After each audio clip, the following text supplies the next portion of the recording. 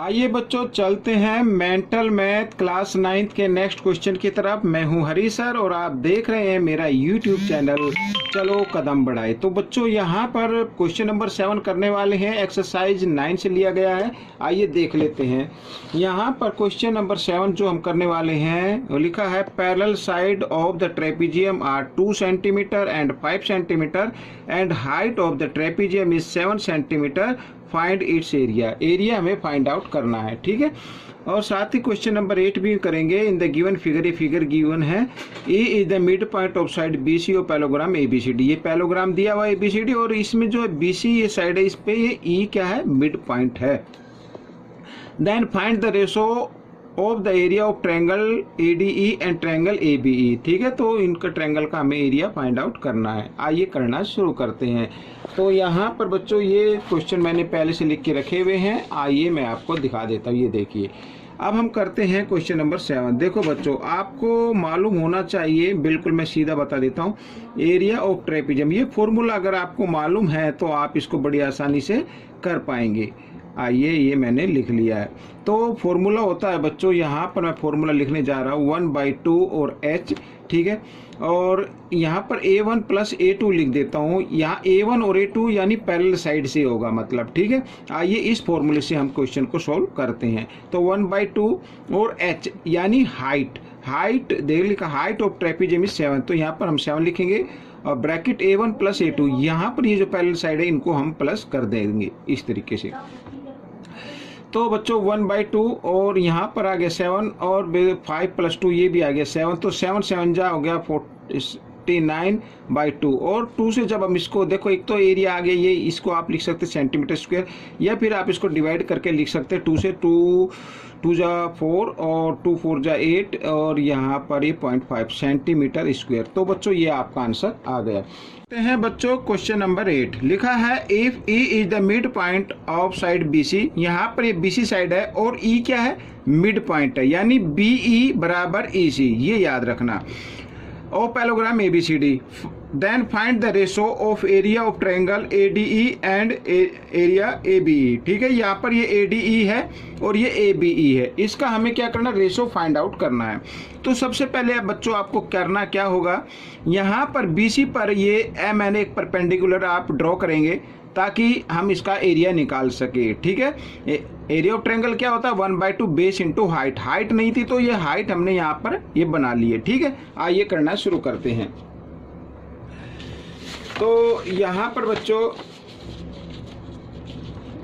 ये ड्रॉ तो आप लिख लेना, मैं यहाँ पर दिखाता हूँ सॉल्यूशन क्या करना है आपको। देखो सबसे पहले एरिया यहाँ पर ये ADE देख रहे हो ना, ADE एरिया ADE इक्वल होता है हाफ एरिया ABCD यानी ये पैलोग्राम है। ठीक है, ये इसके हाफ के इक्वल होता है। अब मैं यहाँ पर थोड़ी से इसकी डेफिनेशन लिख देता हूँ।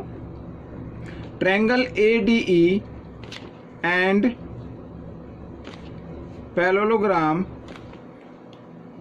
ABCD, ठीक है, यहाँ पर ये are on the same base and between the same parallel line.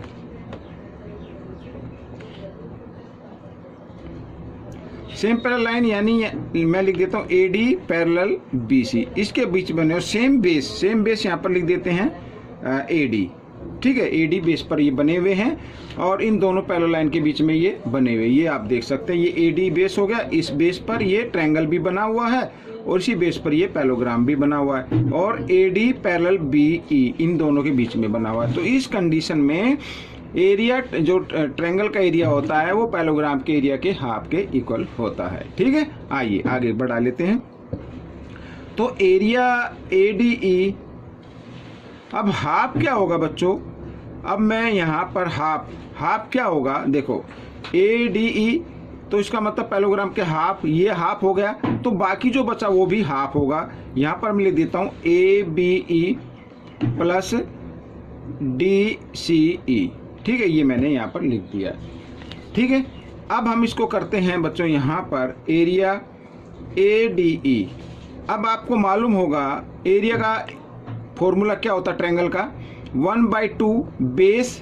अब बेस यहाँ पर देखो बच्चों, बेस ये माना जाएगा BE और हाइट ये है। ठीक है, हाइट कहीं पे भी हो, ये यहाँ से यहाँ तक भी आप हाइट ड्रॉ कर सकते हैं।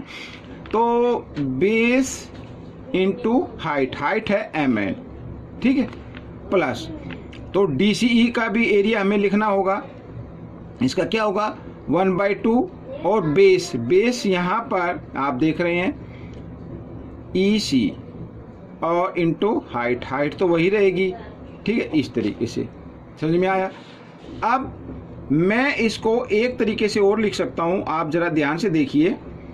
देखो एरिया हाफ BE यानी बेस इंटू हाइट, अब प्लस हाफ और EC की जगह मैं यहाँ पर लिख देता हूँ BE इंटू MN। अब आप कहेंगे कि EC की जगह BE क्यों लिखा, अब मैं आपको बता देता हूँ। देखो इस फिगर में E क्या है, BC का मिड पॉइंट है।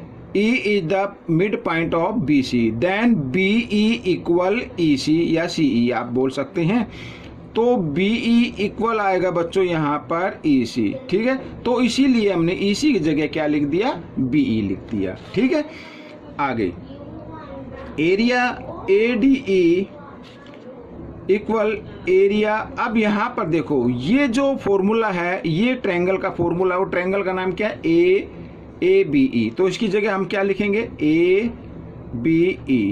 ठीक है, और प्लस ये भी सेम है ना, तो इसकी जगह भी आप ABE लिख दीजिए। ये मैंने लिख दिया। अब हम देखो 1AB इधर लिखा, 1 इधर लिखा, यानी टोटल कितने हो गए 2। तो इधर मैं लिख देता 2 एरिया ABE, ये ट्रायंगल। ठीक है, इस तरीके से। अब हमें क्या करना है, 2 को इधर ही रहने देना है, एरिया AB को इधर लेके आना है, क्योंकि हमें रेशो फाइंड आउट करना है। तो 2 के साथ ही मल्टीप्लाई की फॉर्म में इधर आकर ये डिवाइड की फॉर्म में आ जाएगा। ठीक है, ADE यहाँ पर ये इस तरीके से आ जाएगा ABE, और यहाँ पर बचा 2, इसके नीचे कुछ नहीं तो इसके नीचे 1 मान सकते हैं। अब ये रेशो हो गया, यानी कि जो न्यूमेटर है इसको आप चाहे तो आगे लिख सकते हैं इस तरीके से, और इस डिनोमिनेटर को पीछे लिख सकते हैं इस तरीके से 2:1, या आप इसी को ही आप मान लीजिए ये भी रेशो होता है, ये भी है। तो आपका ये क्वेश्चन सॉल्व हो चुका है। आपको ये क्वेश्चन कैसा लगा मुझे ज़रूर बताएं, और इसमें से सीखकर आप दूसरे बच्चों को ज़रूर सिखाएं। मिलते हैं अगले पार्ट में, तब तक के लिए आप प्रैक्टिस करते रहें। वीडियो देखने के लिए थैंक्स।